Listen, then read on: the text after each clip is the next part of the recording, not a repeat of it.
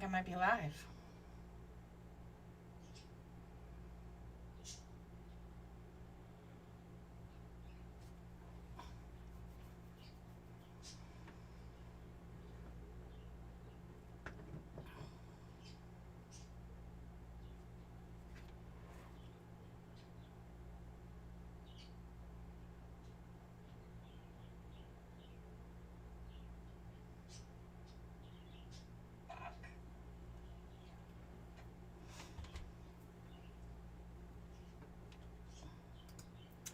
Hey guys out there in Twitter and not Facebook, because I'm in Facebook jail, a 30-day jail sentence. Let's see, hopefully everything is up and running.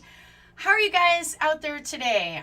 Twitter and YouTube. I think I might be broadcasting. I was having a little bit of trouble getting the Twitter feed to go. So far I have not.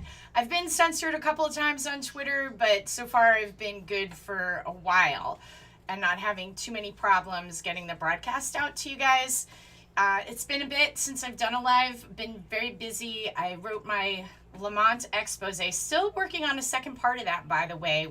And just to reiterate, because I'm going to go over that article just a little bit today, but really I'm going to be talking about anecdotes, and arrogance.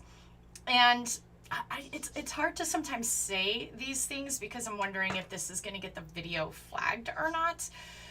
The great mask debate. We have a lot to discuss about that today, and things that are happening all across the country, including here right in Connecticut.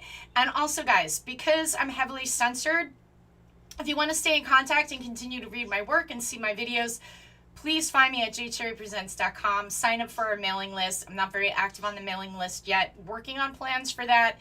But sign up. That way I can stay in touch with you and send you a message. Like I said, I've been censored from Facebook for 30 days. And when I try to message some of the people who are following me, if I try to send a mass message like, hey, I'm going to be live, or I produced an article today, Facebook stops me from communicating with people who have opted to follow me.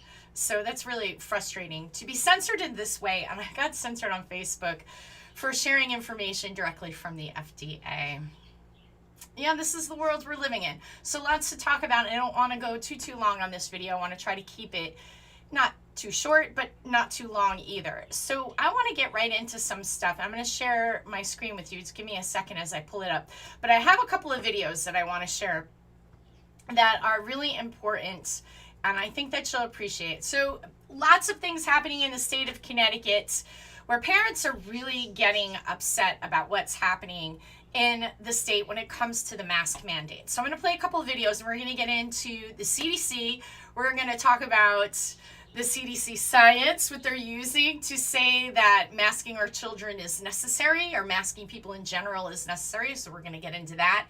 And first I'm going to show you a couple of videos that I have here of parents who, this happened yesterday. So bear with me here as I pull it back up. I'm going to go right here. I've got it. Hold on, guys, while I get you on my screen share. It's been a minute since I've been live, so I've almost, it's not like I've forgotten how to use my technology, but I'm not as to it as I'd like to be. So hold on, bear with me while I pull this up. This is an important part of the show. Let me just grab it up for you guys. I apologize for this. Let me get to share screen. Here we go.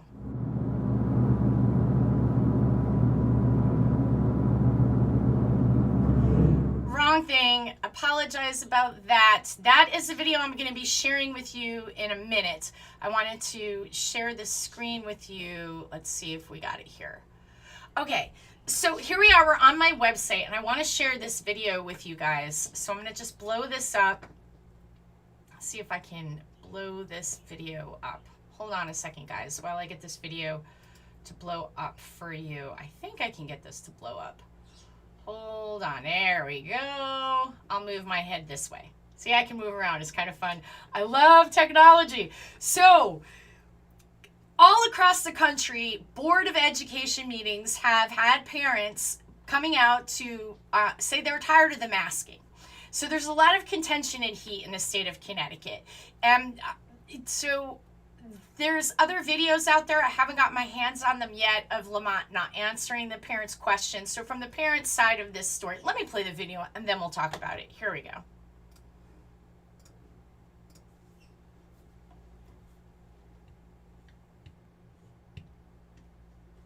Oh, hold on a second. Am I not getting audio on this? Hold on, guys. I think I'm having an audio glitch with this for some reason. I'm not sure why the audio is not playing. Let me see if I could quickly fix that. I wasn't anticipating that aspect of it. Okay, let me see. No. Oh, wow. Maybe the video is down. Huh. That video maybe is down. I'm not really 100% sure what's going on. Hold on a second. Let me just go back over here to see if the video is still up. Here it is. We'll go through on Twitter. I apologize, guys. A little sloppy today. Let me shrink this back down here. Here we go. Let's get this video so you guys could see it. Hopefully we get sound. I'm not sure why I wasn't getting sound there. Hold on.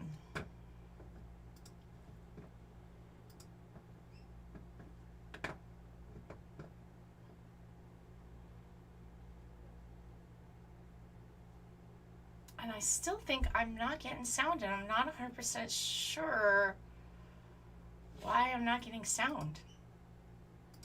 Huh. Okay, so I don't know why I'm not getting sound. So as you can see, the parents are really upset, and I apologize that I'm not getting sound. I'm not really sure why that's happening, actually. That's so strange. So as you can see, that's Governor Lamont. There's some upset parents. There's some swearing going on. This guy is, you know, talking to the security guard, like, don't touch me. And then a parent is flipping Lamont the bird. I don't know why I can't get video. It could be that they censored the audio on here. I'm not 100% sure. It could be a technical glitch on my part. Strange, I haven't had this problem before. But as you can see, Lamont's security detail whisks Lamont away to safety. So Lamont has to be whisked away to safety. Lamont tends to run, whether he is worried or not, but he doesn't like to face his constituents that disagree with him. Now, I'm not condoning the father swearing at Lamont. I can understand the frustration that the dad is having. I think we're better off if we don't lose our cool and try to maintain decorum.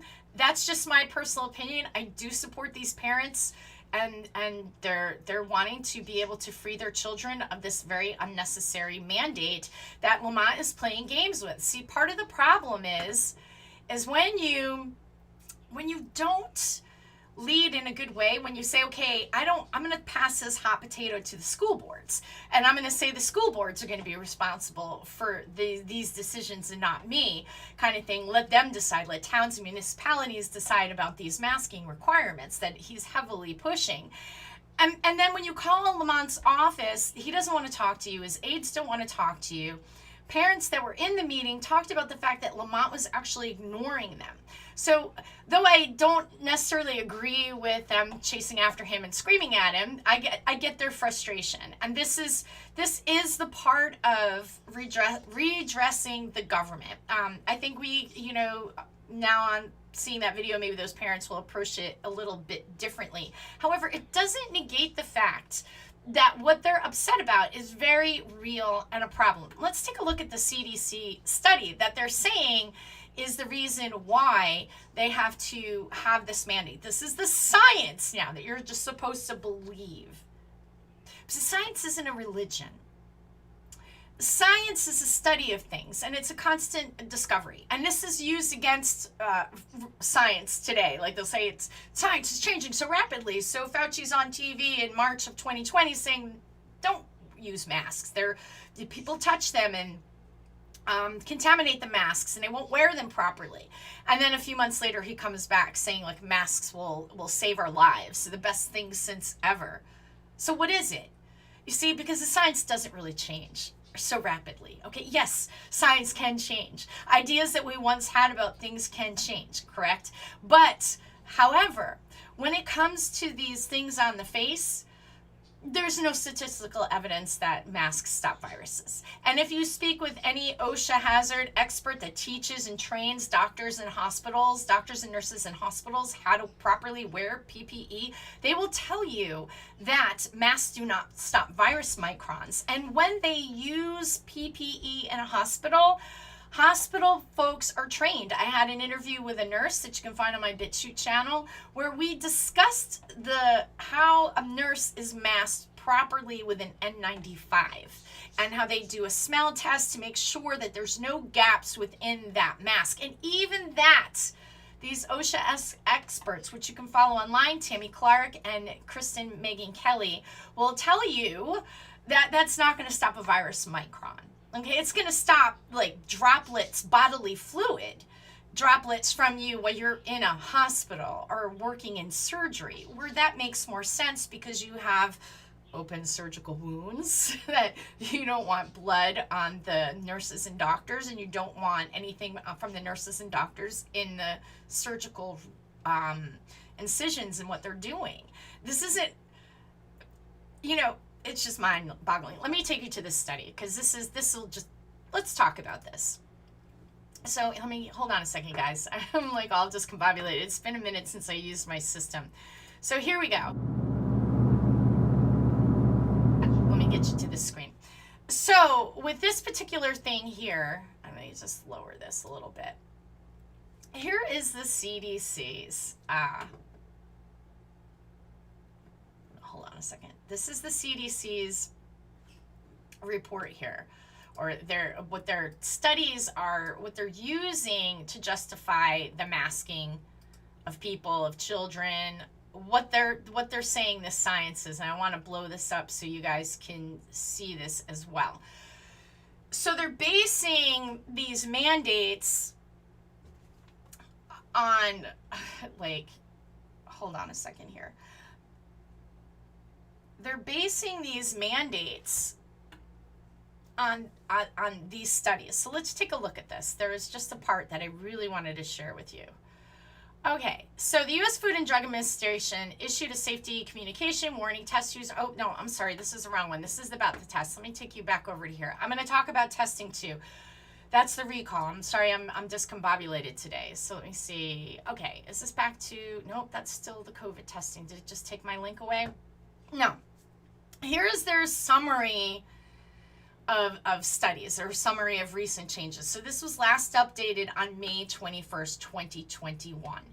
And I just want to take you briefly through this document, and you can read this document. You can see this. I put it in my link so you guys can go and read it for yourself. I think everybody should read things for themselves. They should read the data for themselves. They should read the science for themselves. Really educate yourself. No, you can't. The media will say, "Oh, you won't be able to read through these studies because you're not smart enough to read and think for yourself. The government has to do it for you." No, that's wrong. And the fact that they're censoring people like me talking about this and sharing this information, as I find it, is completely outrageous, quite honestly. All right, so this was last updated in May 7th, 2021. Let's take a look at what this document actually says and start to think about this for a little bit, because a lot of things are being decided about by the CDC and the FDA. And the last I checked, does the CDC write laws in our country now? Because that isn't anywhere in our Constitution that says the CDC writes laws now. So I have a really hard time with this, but this is the science that the CDC is using to justify masks, and we're going to get into a couple of little things about this after we look at what the CDC is using to justify and say that this is the science and this is why you have to mask children. Think about this for a second. And you can really understand how a parent could get so irate with legislators. You understand it, though. I don't condone getting so angry that you're swearing at people and it's getting, crazy. I understand the frustration. So parents are upset because you think about this. These children are in these masks sometimes up to 11 hours a day.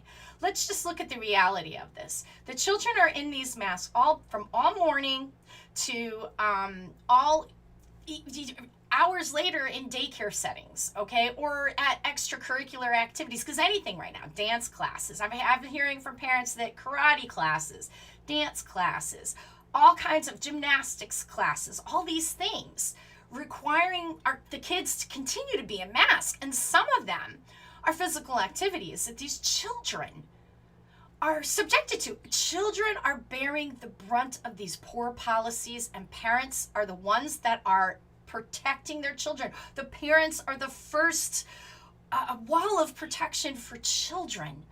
So let's take a look at why our children have to suffer, or what this science is. Okay, so let's take a look. Sorry, I want to blow this up a little bit for you guys so you can read this with me as well. Data were added from studies published since the last update that further demonstrate that wearing masks reduces new infections, right? These are the bullet points, but you got to read the study. And we're not going to go through the whole thing. We're just going to get through some of it. And then I want you guys to go read it. And then you could share this with your legislators. And you could share this with the powers that be that are doing this right now. And you can ask them for a meeting and really talk about it. And let's just keep reading. Data were added that demonstrate the importance of mask fit to improve performance and reduce community exposure. So remember when Dr. Fauci came on and said that it was common sense to wear 2 masks? There's a district, and I don't believe it's in the state of Connecticut, but there's another school district where they're wanting children to wear 2 masks. I kid you not. These things are happening. Can you imagine 2 masks on your kids? In Pennsylvania, they're actually making the state workers wear 2 masks. That's a true story. You could go look that up. I wish I had the video easily available for you. So they want this thing like stuck to the kid's face, you know, because God forbid any air escapes. Meanwhile, virus microns, you gotta breathe, right? We live in an atmosphere. This is the part that blows me away. You gotta breathe. We live in an atmosphere. So the only way a mask is going to stop something from entering, an aerosolized particle from entering your body is like if you put a plastic bag over your head and no air got in. And then you'd be dead because you have to breathe to live. You see, breath, oxygen to the blood is life. You're denying these growing children's brains the oxygen they need to breathe the air based on this science. Let's keep reading. A section was added on health effects of mask wearing. So you guys got to go through this whole thing. Please do. Please just go through it. I put the link in my show notes. You could easily access it. Read it. Go through it. Because your mind's going to be blown. And not in a good way. Because you're going to be like, what are they doing? They're basing this on anecdotal studies. And here is the kicker in the whole thing that's going to tell you straight up that that's what they're doing. So they go into the infection is transmitted predominantly by inhalation of respiratory droplets.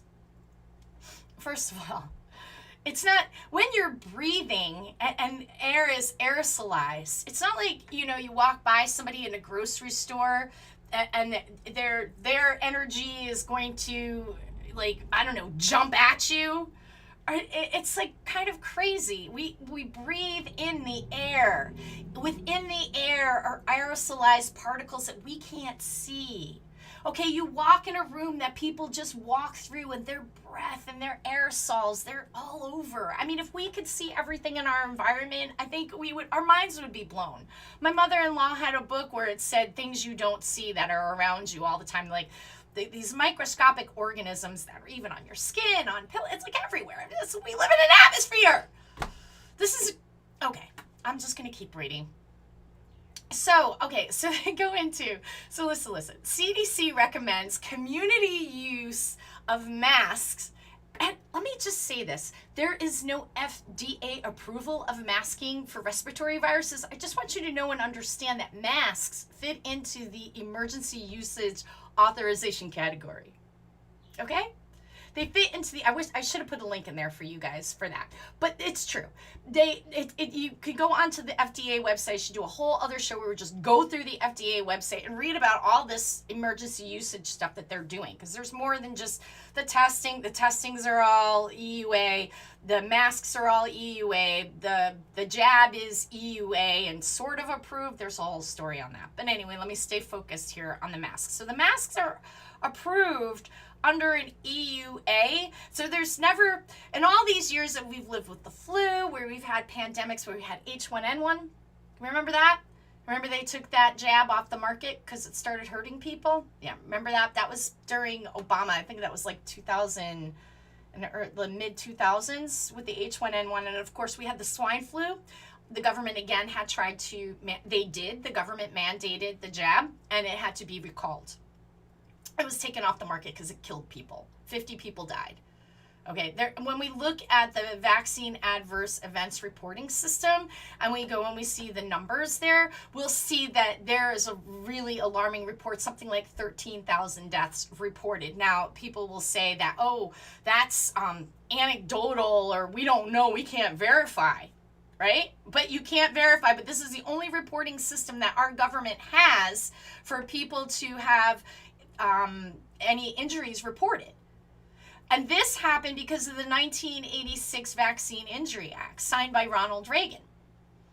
And so it's been all these years now, right? It's been all these years. And the government still can't figure out how to have a proper reporting system, since they're always criticizing it. It's the only real reporting system we have outside of reporting directly to the vaccine manufacturers, the pharmaceutical company. Pfizer, who, by the way, has been convicted 23 times of fraud and harm for their products. In fact, having one of the largest convictions in history. In 2009, they paid like $2.5 billion because they lied. You can look this all up, guys. Anyway. So let me continue here. So masks, specifically non-valved, multi-layer cloth masks to prevent transmission of SARS-CoV-2.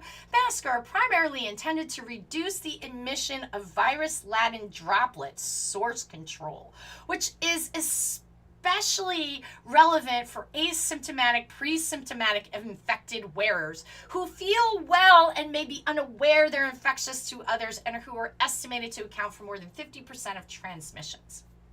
Let's just take this from a microbiology standpoint, okay? No, I'm not a doctor, but I can read. I'm a mom with kids, and these things concern me, and I've been reading about the medical fields and medical science for quite a while, and as a journalist and a reporter, I have spoken with many different doctors and scientists, so I think that we can have a conversation. I'm not looking to diagnose someone.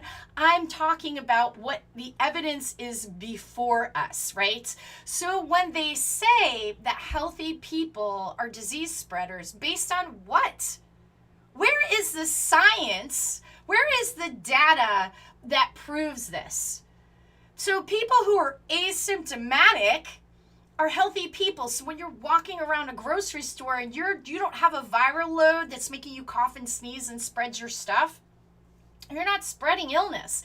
Now, if you come in contact with an infection and you get sick, like you have a stomach bug and you don't know you've got a stomach bug in your intimate household, that could potentially pass on to other members of the household because you're in an intimate situation, right? You're sleeping next to your husband every day. You cuddle with your children. And this is just the nature of how we live on this earth, okay? We can't wrap ourselves like the boy in the bubble. So, because somebody could say, well, there you go, you got to wear a mask for your whole life long. You can never breathe unless you're alone. And even then you should wear it. And no, that's, the point being is it's your viral load. So like I've always said for years, if you're sick, stay home. It's a big deal.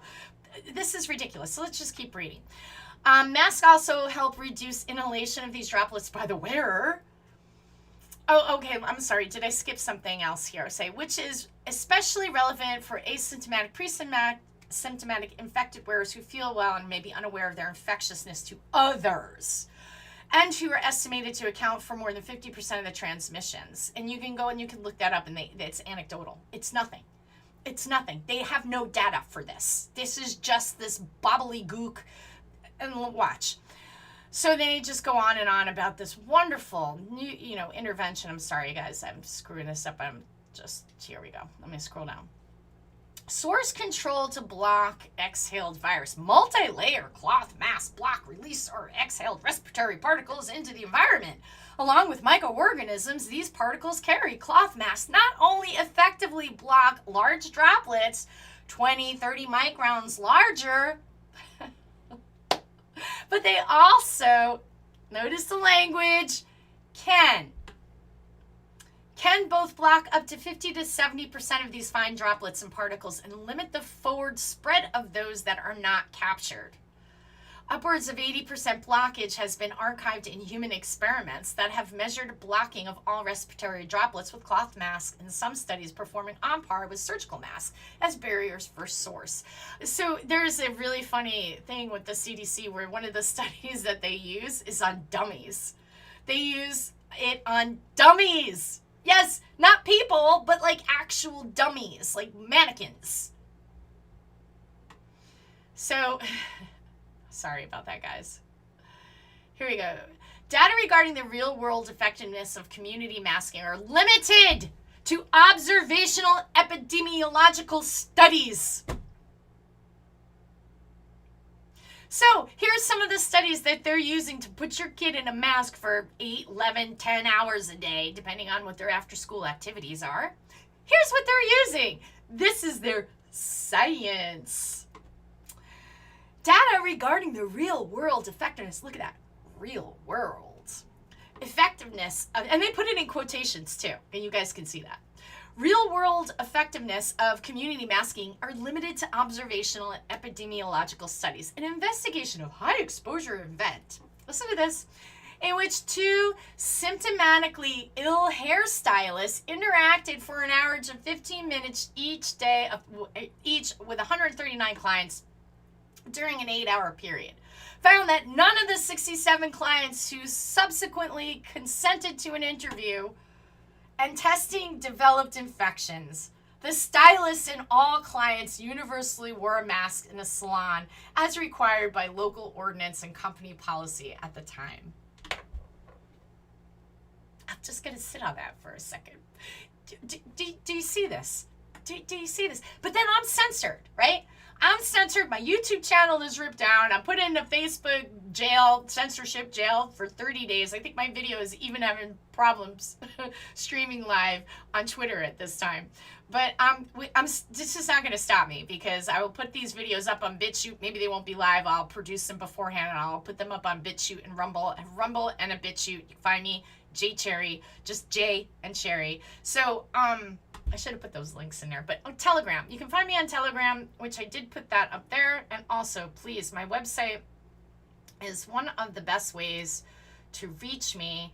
And I was going to put that up there, but my little handy-dandy thing is not easily there for me to add. So I'm going to just keep rocking with this. So here's the next study. Here's the next study here. This is just... What? What? I'm going to blow this up a little bit more for you guys. Hold on a second. This is crazy. Hold on while I get this up here. Oops. Here we go. Here. So I want you guys to be able to read this as I go. I think that might be big enough without cutting it off. Okay. So then they go on to this study here. This is just telling us like a respective of all the things that they're using.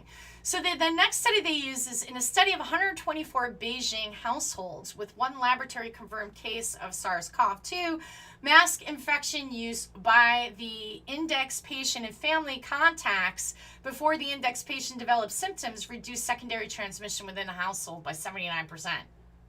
What? This is all anecdotal. There's a multitude of things like, and anyone living in a family knows that, you know, some things can go through your family and everybody's going to get sick and then that one person doesn't. And their immune system, maybe they didn't have, maybe they came in contact with it, they just fought it off, it had no symptoms. Viral load was, boom, kaput. The immune system is fascinating. And we as human beings only have a small understanding of how our body's natural immune system works. We're sold this bag of goods by big pharma, which is controlling the narrative of politicians, controlling the narrative on Facebook, controlling the narrative on Twitter, controlling the narrative on YouTube. It's very possible that this pirate channel can get taken down. I could have trolls following me that, boom, channel's gone, because this is happening to me all the time. And if I said that COVID was brought here by aliens, and if you had an alien potion from the planet, I don't know, Gaston, you'd be cured. They'd probably leave that up there because, of course, that's just total craziness. But when you share the actual data and the information that disproves their misinformation, they censor you for it. And they go really out of their way to do it. I cannot believe how bad it has actually gotten. How they don't want us to know this. And this is their stuff. This is the CDC. All we have to do is read. But the media is ignoring this and not questioning it. Like, I worked in the media. I was a reporter. I'm trained in broadcast communications. I produced a radio show for a decade. This is crazy. How are these reporters not asking these questions? Here we go. This is clown world. Here we go again. Retrospective case study control. I'm sorry, I can speak.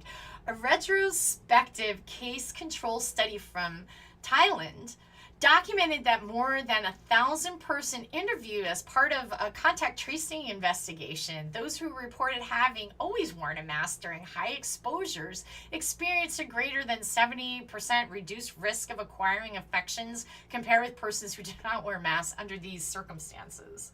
So they're masking your kids and pushing this policy with this. This is their data.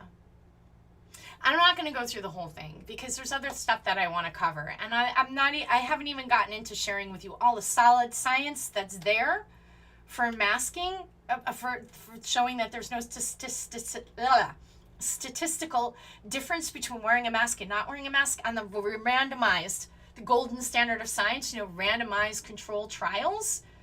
There is no statistical difference. You guys can go look that up on the NIH website. So get used to looking up these studies yourself and reading them yourself and copying them and bringing them to your legislators and asking them for meetings, even though they hide.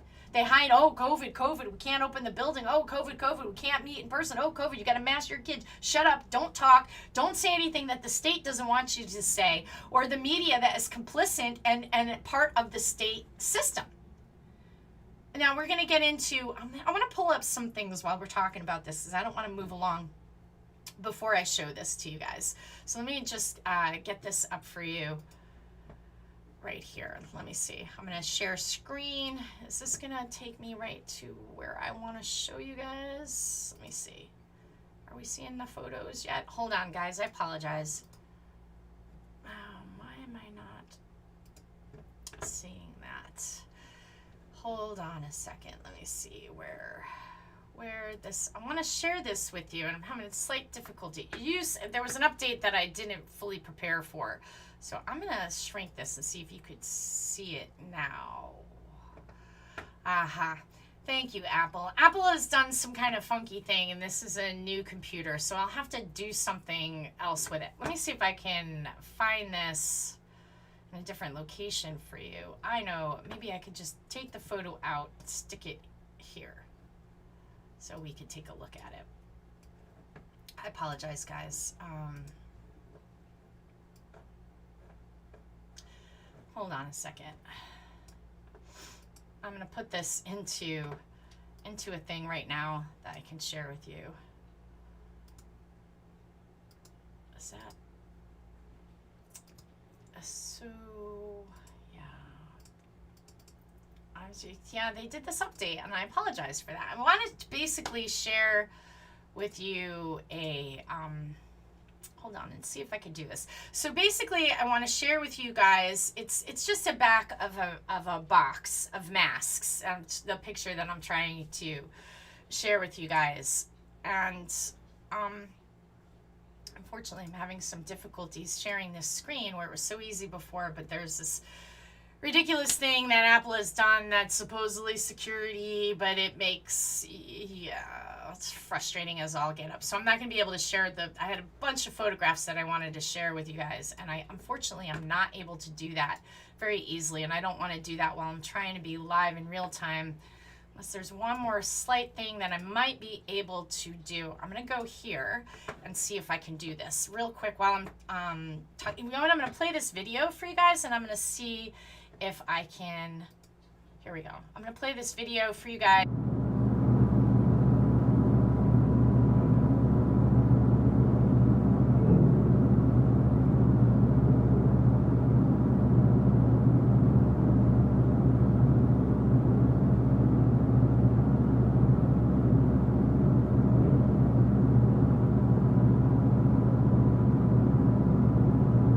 What is the percentage of people we're actually going to be testing for coronavirus that are showing symptoms?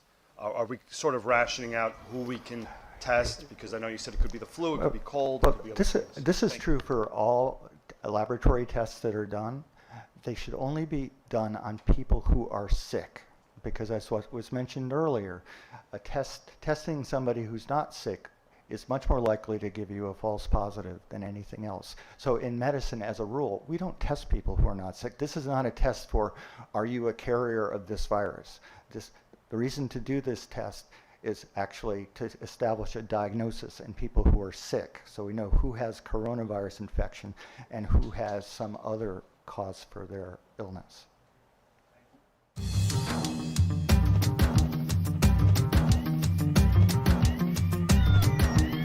Apologize about that. So hopefully my mic go back on. So I think I got here. Let me pull this back up. I was able to pull this off. I apologize for the snafu in the broadcast. I hate when that kind of stuff happens live, but I forgot that I have this newer computer and some things aren't working the way they should be. So let me just show you. This is the back of a box of masks. So as you can see, it says for non-medical use. That is a really important thing. It says that for a reason, okay? It says it for a reason. It says that because there's no scientific evidence that these things do jack squat besides blocking. Yes, it can block droplets, but we live on the earth. We're human beings. Our children need to breathe. They're not walking vectors of disease. So let me show you this, because I want to also talk about the World Health Organization, which I need to pull up that as well. So I'm going to pull this up here. And the World Health Organization has said that children should not have to wear a mask while playing sports, right? So I'm going to pull this up for you too. And this is from the CIAC. And it's just insane to me. I'm sorry, I'm looking for this other photo as I'm trying to multitask, because it's not easy to share my screens with you guys, unfortunately. And it's just frustrating as all get up. So this is from the CIAC, and you guys can see that. I'm grabbing one last thing here, and you can read that while I get this other photo from the World Health Organization. I'm gonna put that. Did that go in? Okay. The World Health Organization. Okay, so hold on a second. All right, so you see here that we have this from the CIAC, and I'll just do a quick reading of that for you guys too, in case you can't see it over there. I highlight it. While the CSMS Sports Medicine Committee does not have any data to confirm the necessity or effectiveness of wearing masks while actively competing in interscholastic competition, it recognizes the DPH's position and supports the CIAC continuing with winter sports under the DPH mask requirements. Let me just read that one more time. While the CSMS Sports Medicine Committee does not have any data to confirm the necessity or effectiveness of wearing masks while actively competing in interscholastic competitions, right? But how is it that they can say that when this is right here? This is the World Health Organization. What does it say? Should children wear a mask when playing sports or doing physical activities? Children should not wear a mask when playing sports or doing physical activities such as running, jumping, or playing on the playground so that it doesn't compromise their breathing. When organizing these activities for children, it's important to encourage all other critical public health measures. All this 1 meter distance, all based on, like, I don't know, somebody came up with this idea and said, yeah, let's just tell the people they should stay this far apart from each other. That's going to stop a virus, Micron. All of a sudden, in the year 2020, everybody's lost common sense.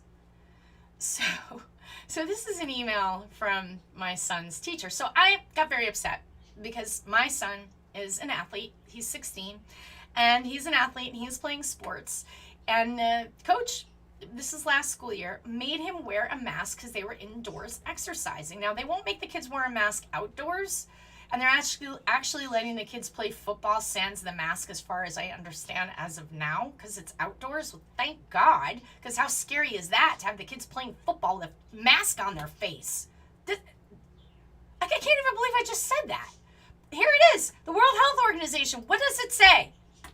Children should not wear a mask when playing sports. It affects their breathing.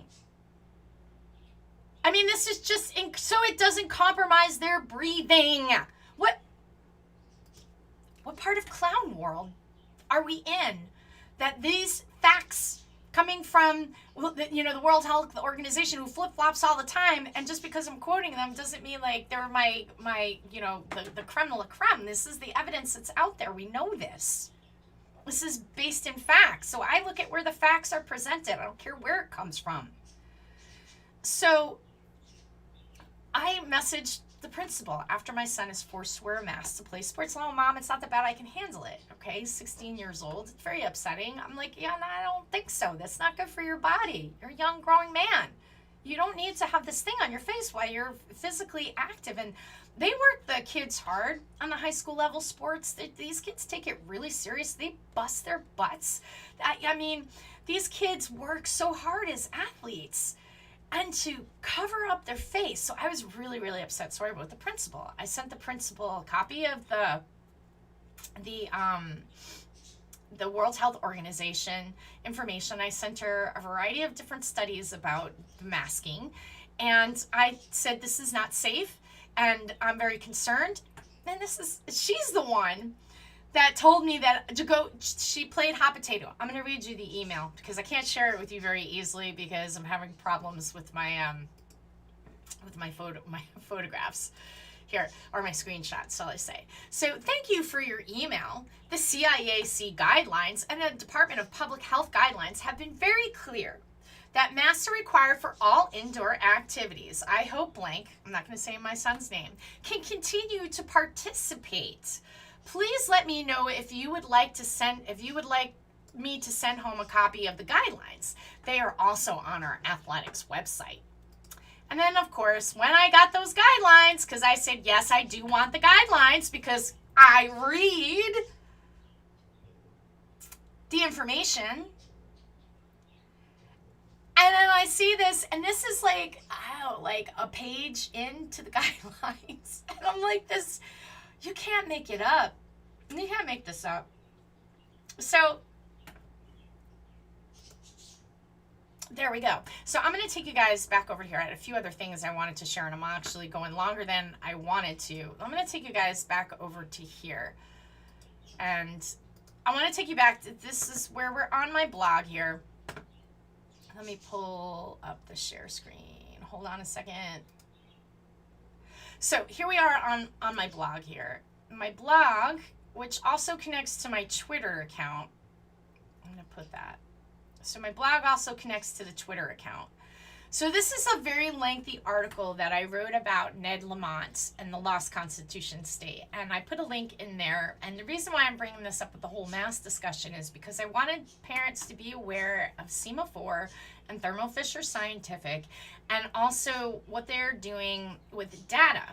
So what is really scary is that Thermo Fisher Scientific had the technology to surveil the population, has the technology to surveil the population with biometrics. And they have the ability to combine the science with the data. The data with the tech.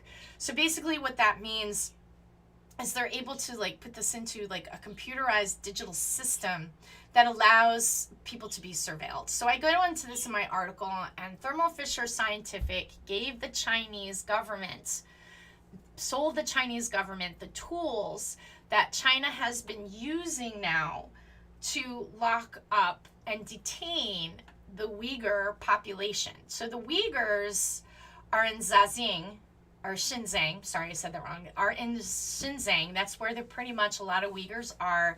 And they are Muslim, and a lot of them are connected to the Kazakhstan, I think I'm saying that correctly.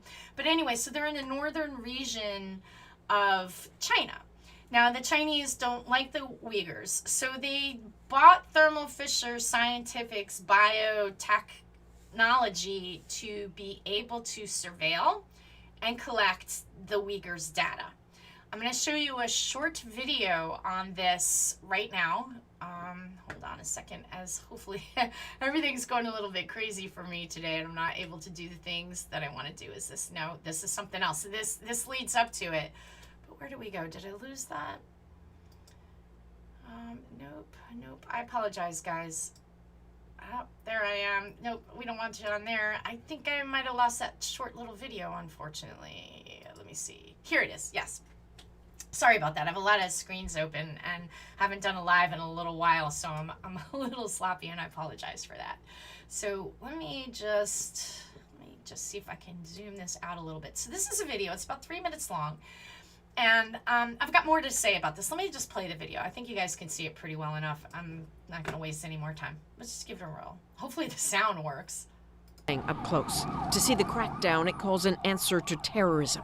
There have only been fleeting glimpses of swelling detention centers, but now there's real proof. Secret blueprints of mass incarceration and indoctrination of Muslims. How this happens is outlined in meticulous detail in these secret documents, including a record of a 7-day sweep in June of 2017 in which more than 15,000 people were picked up off the streets and sent to these so-called education centers. But make no mistake, the orders in here are clear. These are prisons. Those inside must spend at least a year in them. One document is a series of decrees on how to maintain security. Prevent escape is the first and a repeated priority, especially during class, eating periods, toilet breaks, bath time, and medical treatment. That includes full video surveillance coverage of dormitories and classrooms free of blind spots, as well as a rollout of secret forces to prevent people from joining forces and causing trouble. By the term religious extremism, the Chinese mean Islam. Albanian-Canadian historian Olsi Azeshi sees in the documents echoes of what he saw for himself. Once doubtful of the detention of reportedly mostly Uyghurs, he recently asked for and got an official tour. His videos of smiling students, seemingly learning Mandarin, dancing, initially fit the government narrative. The Chinese told us they have brought Islamic extremists. So we were expecting to find here suicide bombers, terrorists, killers. What have these students done to be here? But the more he asked uncomfortable questions, What is her mistake? Why is she here? the more he realized this was all a show.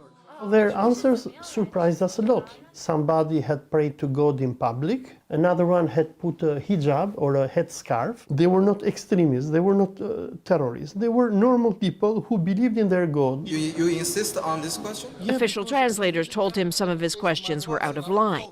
And when he noticed an odd wound on a woman's hand, an official interpreter became fed up. You can give me 2 million to rescue her. Really? Because you are so nice. He realized they could not leave. They'd been forced to confess supposed crimes. In these centers, what they are doing is exactly what we read in George Orwell's novel 1984. These are mass brainwashing centers. And back on the streets of Xinjiang, the homes of the roughly 1 million detained are sometimes locked. Signs telling all the disappeared residents are being looked after. Now the world is realizing just what that means. So how does China respond? Well, the BBC, one of the partners in the China Cables project, put the basics of the authenticated documents to the Chinese ambassador to the UK. Here's reporter Richard Bilton. Hundreds of thousands of people are held in these camps across Xinjiang. They're held there without sentence, without even charge, and they will be there for at least a year before they're released. That doesn't. They will be in those camps at least 1 year. The document, so-called document you're talking about, is a pure fabrications. Don't listen to fake news. Don't listen to fabrications. The evidence extends past these verified documents. We've connected with Uyghurs living here in Canada, including one young man who confesses he's afraid even here, and he's not alone. You know, we're working hard to protect your identity here. Why does that matter to you? Because Chinese government can track you everywhere you want, everywhere in the country or outside the country, through your phone or through other people around you. Usually they get this information from your parents or your relatives. More from him and other Canadian Uyghurs who feel the long reach of China here tomorrow on The National. Waiters always look at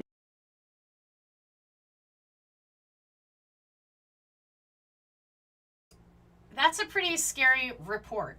So I'm going to take you over here real quick because I want to connect the dots for you. Why does this matter? How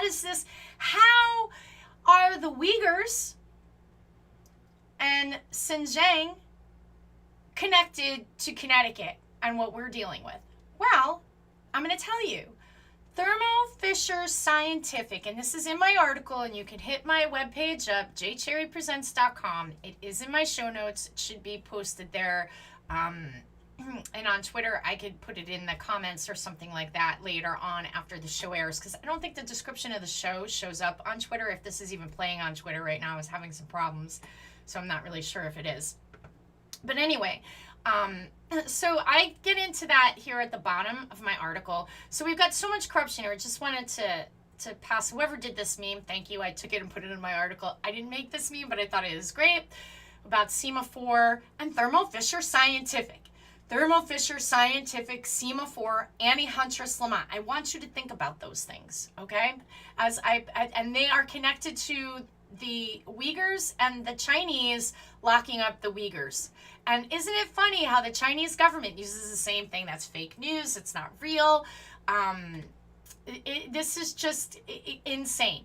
So this article goes into depth about the testing, the SEMA4 blind trust code, where the state of Connecticut recognizes that Ned Lamont is corrupt, basically, or has ethics violations, and they have an ethics plan for him. So what is really scary is that Thermo Fisher Scientific, that Josh Cabal he's been the VP, he was instrumental in Thermo Fisher Scientific was bought out, Thermo Fisher Scientific bought out Core Informatics, and they adopted Josh Cabal, or they got Josh Cabal, who was the VP or the head at Core Informatics. Basically took Josh Cabal, who is the Chief Executive Operating Officer who runs the state of Connecticut's Department of Administrative Services, and he is your tech genius. So he combined the ability to use technology with the ability to track and trace people with the data. So Josh Cabal, our Chief Executive Operating Officer, who came into that position via Annie Huntress Lamont, whose company, Oak Healthcare FinTech, invested $17.5 million into Core Informatics, who has acquired SEMA4 as a major holding in her Oak Healthcare FinTech company that she founded in 2014. Well, it turns out that Thermo Fisher Scientific has been selling the means for the Chinese government to do this to the Uyghur population of Muslims who they don't like their politics, they don't like their religion, they don't like, the Chinese government doesn't like the Uyghurs. So they're re-educating them for the greater good, of course, because for China, what they're saying is that the reason they justify this, where they're now finally admitting it because the world is seeing it on satellite, they could see these camps being built, people who are escaping out of those camps by some miracle, a few have gotten out, mostly because relatives in other countries are able to pull them out because they're not officially Chinese citizens. The Chinese government can't keep them. So these people have come out and they've shared the story about this. And then it turns out, I'm going to take you into my article where this is said.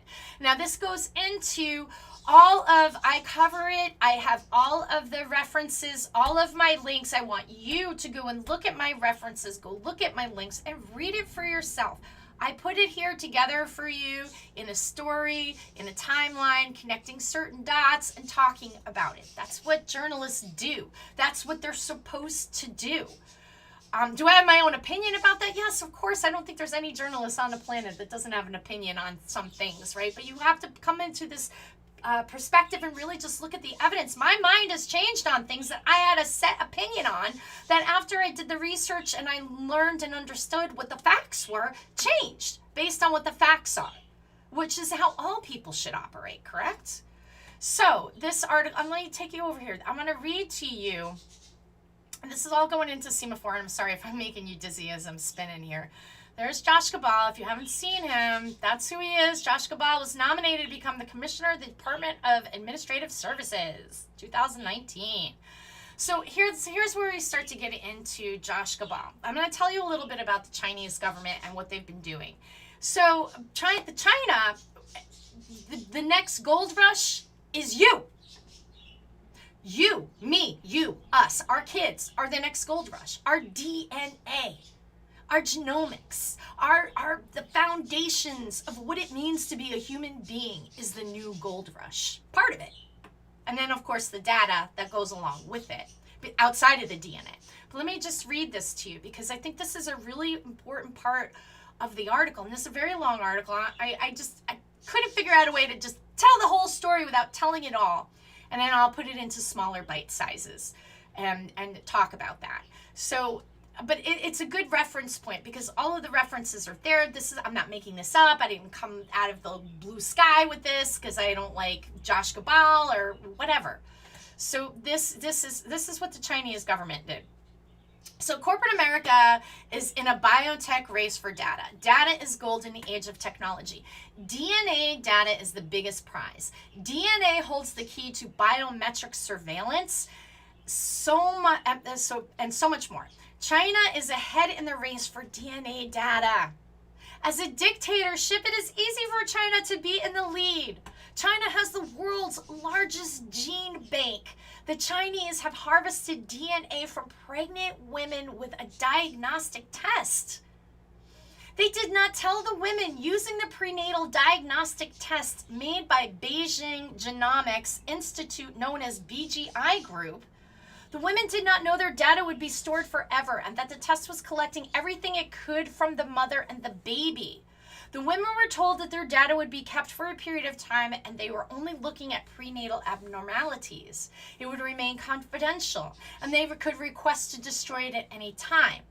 Not only did BGI get DNA from women in China, they also did so in other parts of the world. So Shenzhen-based BGI shot to global prominence last year after selling or donating millions of COVID-19 test kits and gene sequencing labs outside of China. U.S. security agencies warned this was part of an effort to collect large amounts of foreign genetic material. And then BGI, of course, goes in and denies it, says, we don't do that, we don't do that, but we do that with the pregnancy diagnostic tests, because they got caught, so they had to admit it, right? Now, here's the really scary part. Now, I don't have evidence of this, but when I think about the COVID testing, I wonder if they're also harvesting DNA here in the United States through companies like Sema4, which is connected to Thermo Fisher Scientific, who sold the Chinese the tools that they needed to surveil the population. I'm not going to get into that because Thermo's not implicated here yet. Just hold on. So this just goes into Reuters did a pretty good expose on the Chinese. Anyway, so Reuters also reported China's collection and analysis of the DNA of its Uyghur Muslim population, including systematic collections of samples from residents in Zhejiang, has drawn sharp criticism. The United States sanctioned 2 BGI subsidies last year for what it called China's abusive DNA collection analysis schemes to repress its citizens. So they're able to use this DNA collection system and all your private personal data to control. We're seeing it in China, how this has been utilized to control. Okay, so China's foreign ministry said health checkups. This is how they did it. They collected DNA. This is how they did it. They collected DNA with a program called Health for All or something like that they had. And so they went into the Uyghur population and they took blood. They took samples of their face, face recognition, iris recognition, so the eyes, blood, any type of bodily fluids or anything that would help to build their database and have all this information. Where in China, they have it so that there are cameras everywhere. Every move that the Chinese make, the government sees it. I mean, you would think that it's fake, right? This isn't real. It's like something out of the Twilight Zone, but it's actually happening. So Josh Cabal, Josh Cabal, who is head of Thermo Fisher Scientific, it was VP, and still holds a title at Core Informatics, which is all one thing. Sema4, Thermo Fisher Scientific, Core Informatics, they're all one big ball of stuff that is financially benefiting Annie Huntress Lamont, who has a holding, Sema4, that went public for a 3.3 evaluation. So let me just get into how it was discovered. And before I get too far ahead of myself and make this video way too long, because it's always so hard to put this into smaller bits. I should start to cut them up or something. But anyway, so yeah, this is just mind-blowing. So Human Rights Watch uncovered that U.S.-based company Thermo Fisher Scientific has supplied Xinjiang, I'm not sure if I'm saying that 100%, Xinjiang police with some of these DNA sequencers. Human Rights Watch wrote to the company in June and August 2017, informing them that Chinese authorities are collecting DNA from individuals not suspected of crimes, as well as across China, in Zhejiang, and well as across China, and asking them to comment on a range of issues, including their human rights policies and discussions they may have had with Chinese authorities about the intended use of DNA sequencing equipment. In Thermo Fisher's response to the first letter, the company stated that it does not share information about our customers or their purchases, and that given the global nature of our operations, it's not possible for us to monitor the use of application of all products we manufacture, the firm stated. They didn't respond to a follow-up, but let me just tell you this. They know everything the Chinese government is doing with their stuff. They're watching it. They have access to that data. They're watching it because they want to do it here. They want to do it to you, to me, and to our children. And if I get censored for this video, it's worth it. They want to do this to us. Okay? Look, I'm going to show you another quote out of this article. You could go research all this stuff yourself because I put all the links in the article on my blog. This is just insane. Listen. Law enforcement booking stations will use this is the United States. Law enforcement booking stations will use the new Thermo Fisher Scientific database, automatically upload and process DNA samples from qualifying suspects with 90 minutes according to a press release. Within 90 minutes, according to a press release. Rapid DNA analysis at the point of booking is a powerful investigative tool that can quickly and safely link arrested individuals with other serious crimes, thereby providing benefits to public safety, said Joni Baracto, former DNA manager at the Louisiana State Police, blah, blah, blah, blah. I'm sorry, I don't need to read all that verbatim, but there you go. So that's their Thermo Fisher has given the FBI their tools for surveillance for criminals. Now, let's just look at what that could potentially mean when we have the Biden administration saying things like people who disagree with the government are terrorists. That's what the Chinese say about the Uighurs. They're terrorists. The Uyghurs don't want to be part of the Chinese culture. They're Muslims. They live in a part of China that's been this way for a long time.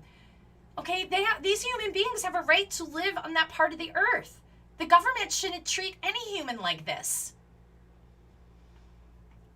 So I get into here where this is a very slippery slope, using this DNA diagnostic surveillance tools, because this is what the Chinese are doing, right? So the Chinese use this slope too. They say they need to surveil the Uyghurs because they are religious extremists, domestic terrorists, a danger, and for the greater good for everyone's safety.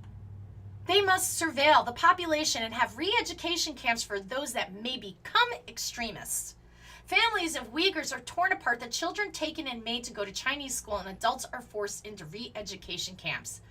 This is a modern-day genocide. Years ago, back in 2016, when Hillary Clinton was running for office, she was in a video, and I'll pull that video up too. I'm going to pull that up, and I'll put that in my blog, a link to that. But there's a video of her talking about how nice it would be for adults to go to re-education camps. She was kind of like joking. Adults could go. She said, wouldn't it be nice if we can have adults go to camp too? It's bizarre. I mean, you know, that's my opinion. I'm not basing that Hillary Clinton said that she wanted to put adults into re-education camps like the Chinese. The Chinese hadn't been doing that yet. They were developing the ability to start to do that. This started with China and the Uyghurs in 2017. So, this is coming to the end, and I want you to hear this last part, and then there's a few more things that I want to share with you, and then I'm going to end this live. I'm probably going longer than I should. Okay, so are we being prepped to be continuously surveilled and monitored by our government?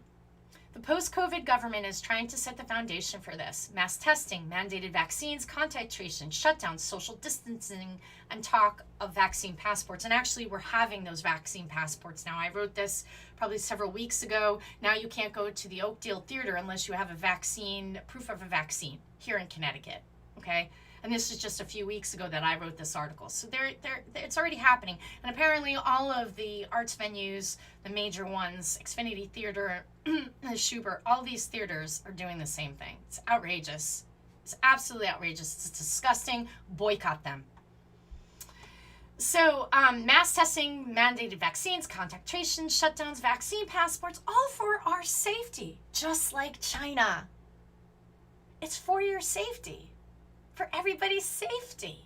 The Chinese government they need to lock up the Uyghurs because they're extremists, and re-educate them and take them apart from their children and surveil them and take their DNA and put it in a database. The Chinese government has the largest DNA database in the world. It's a gold rush. That's why this is moving at such a rapid pace.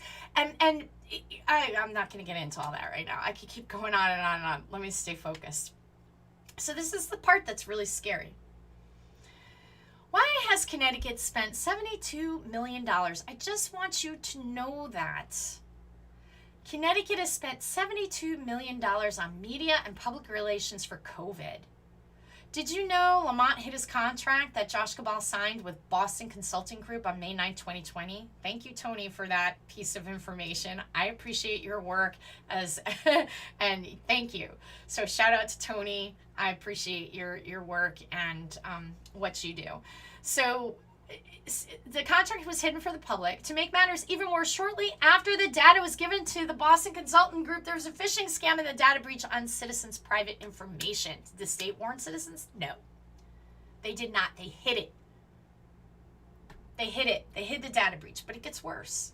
So in this article, I have the whole contract. Thank you to Tony for sending this to me. And earlier, and so here we go. In addition to representing the I'm sorry, I'm jumping around a lot here. I just want to come into this paragraph so it makes sense to you, because I want to talk about this major lobbyist that works for the biotech industry here in the state of Connecticut. So the biotech industry has a tax-free pass.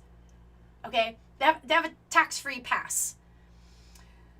So here's the quote that I wanted. So, in Lamont's New Connecticut, the governor gets to rule by executive fiat. Far from the public's view, venture capital earnings in biotech are tax exempt, and the data of Connecticut's citizens is for sale. Paul Pescatello, executive director of the Connecticut Bioscience Growth Council, boasted to the Hartford Courant. In addition to representing the biotech and biopharma industries at the state level, Pescatello serves as president and CEO of the New England Biotech Association, a mutually beneficial arrangement for all involved. I think just being linked, this is a quote from him, this is Paul Pescatello quoting him, I think just being linked to all that is going on in New England certainly helps Connecticut a lot, he said. It's quite an ecosystem, which is very valuable to our Connecticut companies. Asked about the achievements he's happiest about over the past year, he pointed to legislation that exempts venture capital, Annie Huntress Lamont, venture capital income from state income tax, calling it a huge competitive advantage over what other states are doing.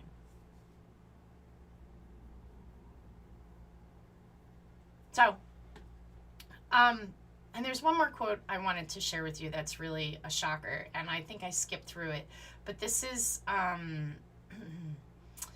this is like, okay, here it is. This is the quote. This came out of Nature, and I have the link to this too. This is the quote that I'm going to show you a couple more things before I cut out of here.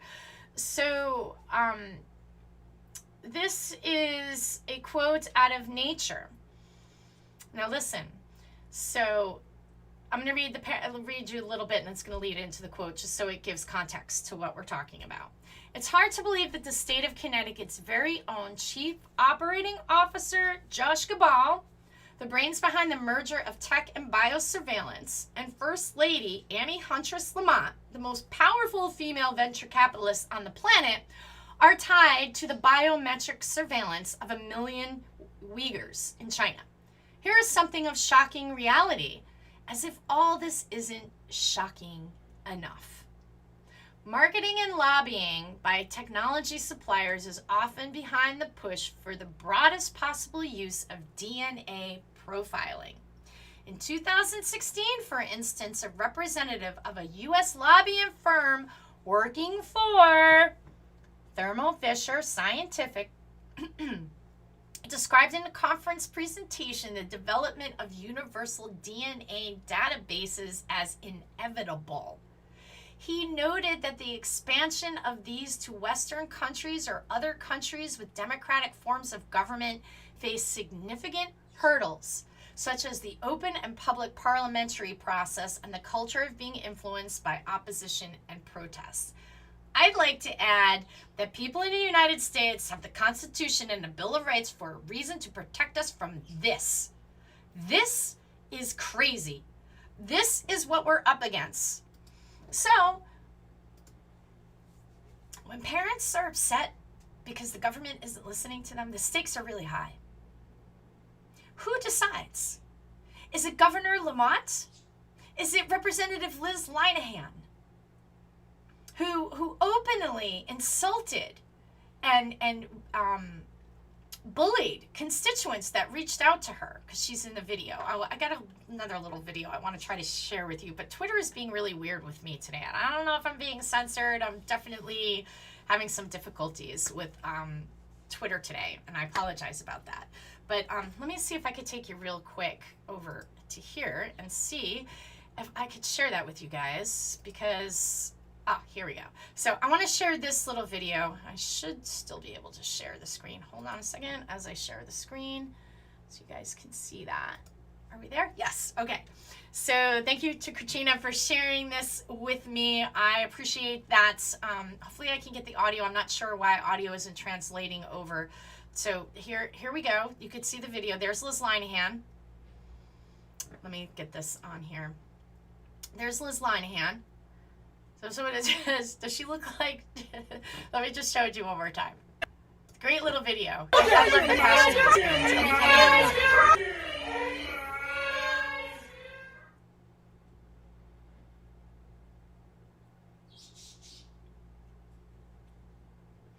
So I just thought that was pretty wild. Let me see if I could try this again. Now, obviously the audio is working for that. Let's see if we can get the audio to work for this. I don't think they're not going to let me. Yeah, it's just not. Sorry, guys.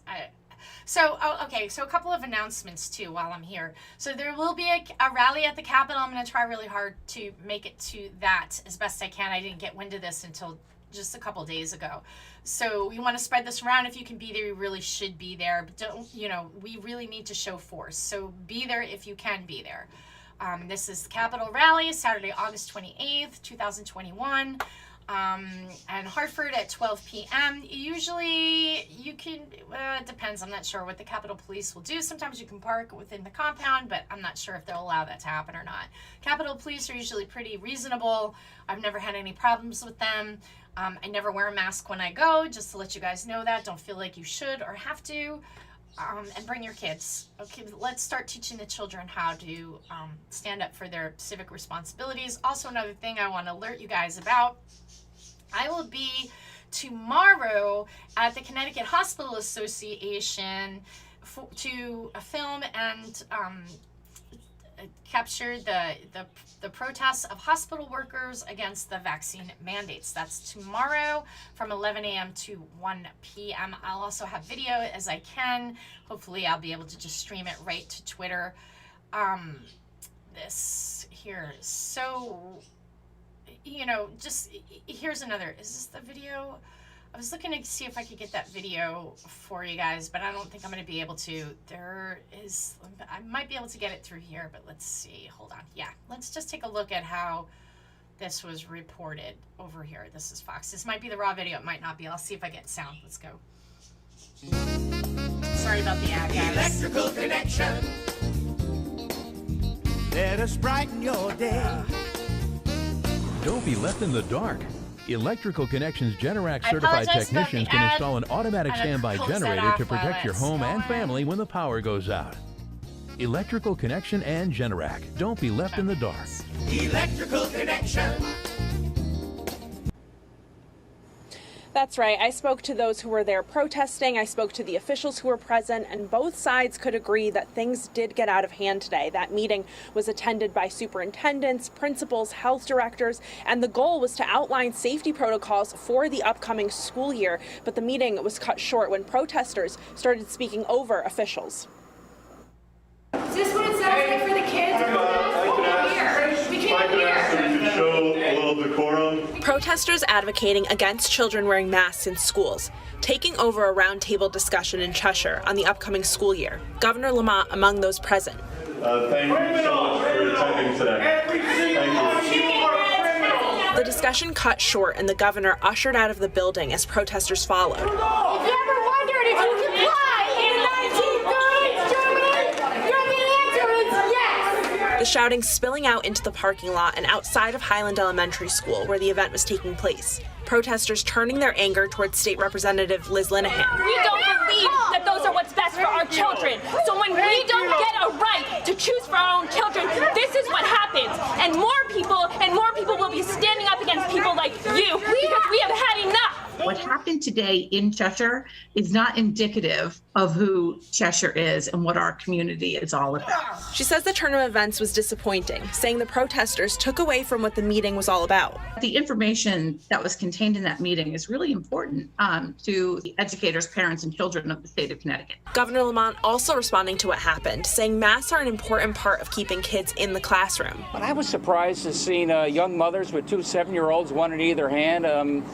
shouting vulgarities and being as rude as they were. There's no kid under the age of 12 who's been vaccinated. And it's really important to keep these kids safe. Among the different groups of protesters was Parents' Choice, who agreed things could have been handled differently, but that parents are frustrated about not being included in the decision-making. We definitely would prefer a more constructive conversation. I think that they just feel that their voices aren't being heard, and everything's being done in secret. Decisions are being made for parents' children without their input, and so I think that the frustration level rose. Masks are mandated in schools through at least the end of September, and Governor Lamont said today that he doesn't want to see what's happening in other states happen here in Connecticut, where students are already being sent back home for remote learning. Live in Hartford, Gabby Molina, Fox 61 News. Oh my gosh. So, all right. to be fair, I will give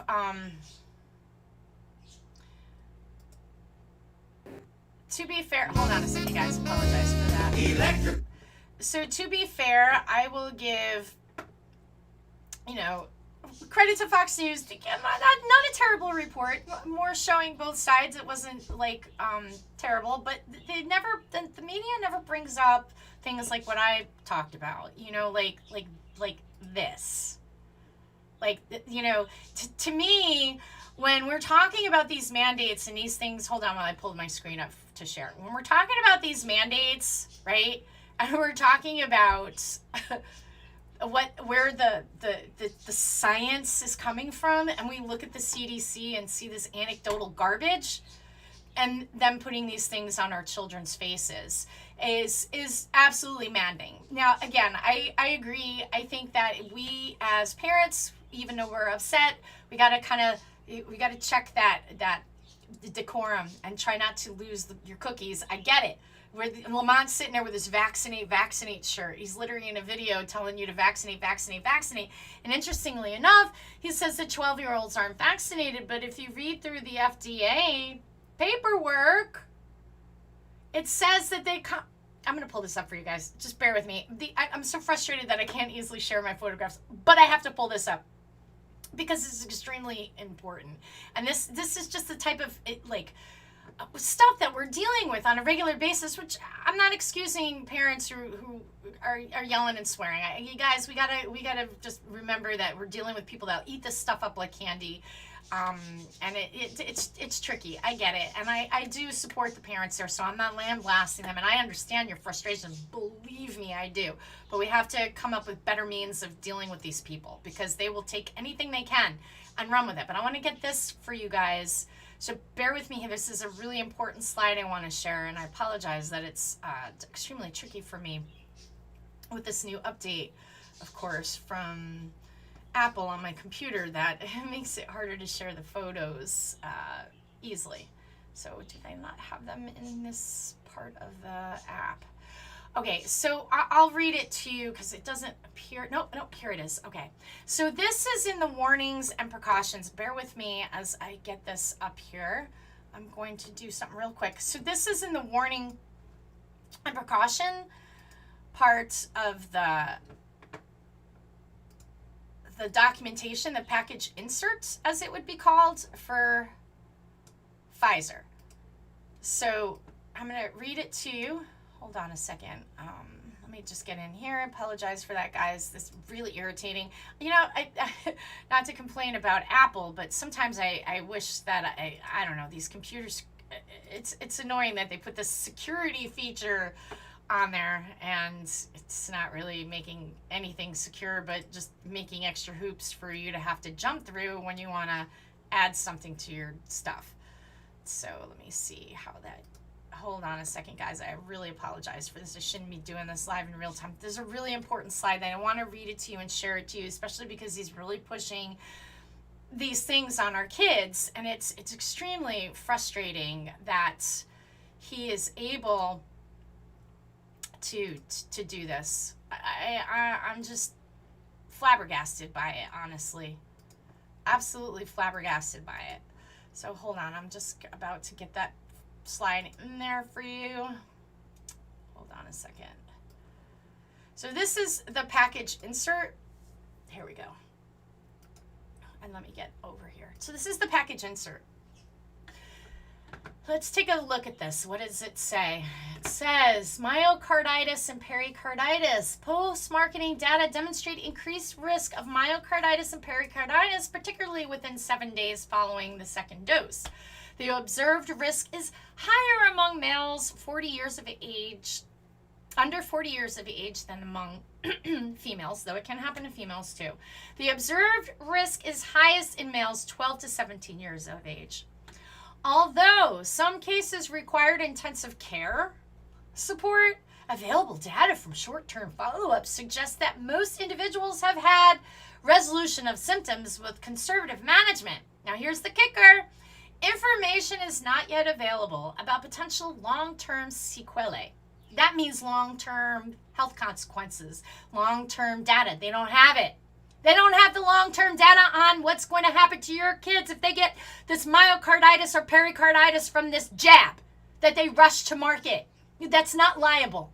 And is it really actually fully, like, there's some discussion about whether it's actually FDA approved. And if they've made the approval liability free, I have to do more investigating on that myself to really accurate report on it. But I've been hearing this from other people that I follow in the alternative media world. The CDC has published considerations related to myocarditis and pericarditis after vaccination, including for vaccination of individuals with a history of myocarditis and pericarditis. Okay, a couple last things, because I'm way over time here, guys. I apologize about that. Another long video. So much to discuss. So that means I need to make more videos and keep them a little shorter. And maybe I'll come back in with shorter versions of this video that are smaller and easier to share and easier to get people to watch. So myocarditis, they don't know. Yet Lamont's standing there in that video with this t-shirt that says vaccinate in English and Spanish. While his wife's company is making serious money on all things lockdown. They're heavily involved in bio, health, and tech. Annie Huntress Lamont. She's been quoted, and it's in the article that I wrote, that the healthcare industry is $1 trillion industry not yet tapped. There's a dollar sign on all your kids' heads. There's a dollar sign on your head. The only problem that gets in the way with that is your freedom, your liberty. So when people say freedom, they're so ignorant. Don't even waste your breath. Walk away. We won't go down on a ship of fools with them. They could go down on their own ship. We're going to stand here. We're going to fight for our constitutional rights. Now, we're not going to use violence. Violence isn't going to get us anywhere. So I want this to be very, very clear that no one is advocating for violence, even if parents lose their cool and swear because they're so upset protecting their children. Nobody was arrested. Nobody was arrested. I'm not even sure where that video is coming from. Let me close. I'm not sure. Where is that coming from? Ah! So nobody was arrested, and I just want everyone to be really clear. Sorry about that, guys. Something was running and I had to turn it off. Violence isn't the answer. Your civic responsibility is to redress your government. You have a right to do that. You have a right to be in these meetings, and you have a right to get answers from a governor who doesn't want to answer, from a governor who hides behind quasi-public-private partnerships, from a governor whose wife is making a serious amount of money. And there's one last thing that I want to share with you, and of course, I closed it out. So there it is, the Mount Sinai thing. Hold on a second. Let me get here. This is Mount Sinai. This is Annie Huntress Lamont. The Mount Sinai Thermals Fisher Scientific. Is that? There we go. So this is the Mount Sinai Health System backed by Semaphore goes public at $3 billion valuation. And I lost the link because I was shutting this down, but let me see if I can get this real quick. So the CDC recalls the PCR tests, guys. So here it is. The CDC, and I put this in my show notes so you guys can easily go out and look at this yourself. The CDC has recalled this. Now they'll say they've had better testing now.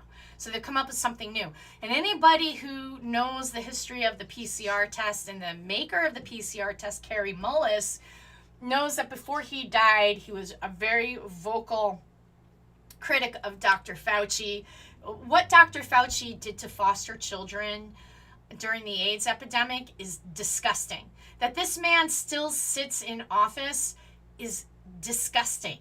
Okay, that he's been a bureaucrat. The highest paid bureaucrat is Anthony Fauci. He makes more money even than the president, okay?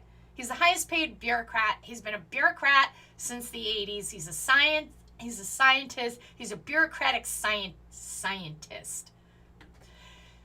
He should be tried first for Nuremberg 2.0. He is awful. And he has patents in this stuff and all kinds of stuff with Moderna. They get these patents. You can barely even talk about this without being censored immediately or flagged or your video taken down or the audio screwed up or something. Where these big tech giants and, you know, people say this is so crazy. Everybody it can't be in cahoots with this. No, it's a small group of elites. Your governor who flies around in a private jet is part of that small group of elites. No, is he the head of the snake? No, he's just a facet of it. So the CDC is phasing it out. Governor Ned Lamont's SEMA-4 test has been recalled. I've done shows on it. It was on my YouTube channel before they took it down. And I have this pirate one now for however long that lasts. So I think I'm going to wrap it up now because I've been going on for quite a while. Lots and lots to talk about. So Saturday, Capitol, Unmask Our Kids. That starts at noon. Tomorrow at the Hospital Association from 11 to 1. That is for the hospital staff, workers, nurses, doctors, and hospital staff alike. There are many of them, 50% of them, that do not want this job. I've talked to nurses that I know that are in my family. I've talked to nurses that I don't know that I've just interviewed and talked with. I've talked to people all over the place and they don't want to take this job. And they should have a right to say no. And if we live in a country where we no longer have the ability to make medical decisions for ourselves and for our children, and that we have to give that right up to a government that is profiting off of this illness, even if their government wasn't profiting off of it, well, they'd be less motivated without that money there. Even if the government wasn't profiting and there was just some reasoning, how many times has the government been wrong? How many products have been recalled by the FDA? The Maldehyde, Chantix, opioids, fentanyl, and Woodcock? Janet Woodcock, the head of the FDA that Biden put in, she's responsible for the FDA approving opioids, fentanyl, Woodcock. So you tell me if you feel secure with this situation. What are you going to do about it? Because we got to do something. So that's the end of this show today. Show notes are there, guys. Stay strong. Keep protesting. Keep calling that governor. Keep writing your legislators.